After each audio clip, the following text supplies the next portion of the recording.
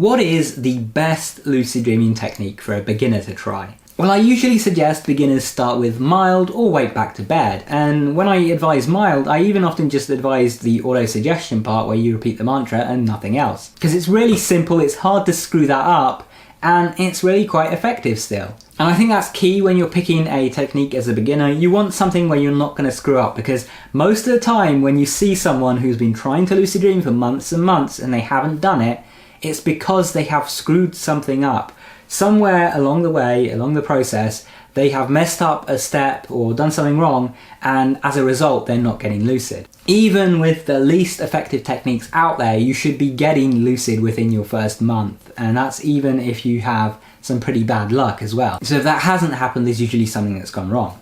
By taking a very simple technique like a mantra, or like waking up and visualizing the dream that you're about to have, there's not much that can go wrong with that aside from maybe not waking up in REM, so you're ruling out technique error as a variable that could stop you from lucid dreaming. That said, I feel like something that I haven't addressed enough with regards to beginners is motivation.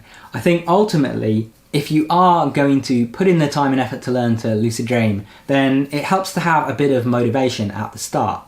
So if you come into lucid dreaming and you get told to do wake back to bed, and you find wake back to bed the most boring technique on earth, and after just 3 nights of doing it you really don't want to do it anymore, then that's probably not the technique for you, because you're just going to get bored and give up before you even have your first lucid dream. So I'll say that yes, I would suggest a beginner start with something like wake back to bed or mild, but ultimately, the best technique for you as a beginner is going to be the technique that you stick with. So find something that actually interests you and that actually seems like something that you want to do.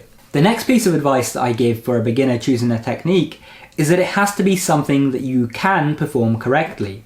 So this is why I don't typically advise beginners to start with something like wild, because wild is something that's kind of hard to translate into an explanation that every single person is going to understand.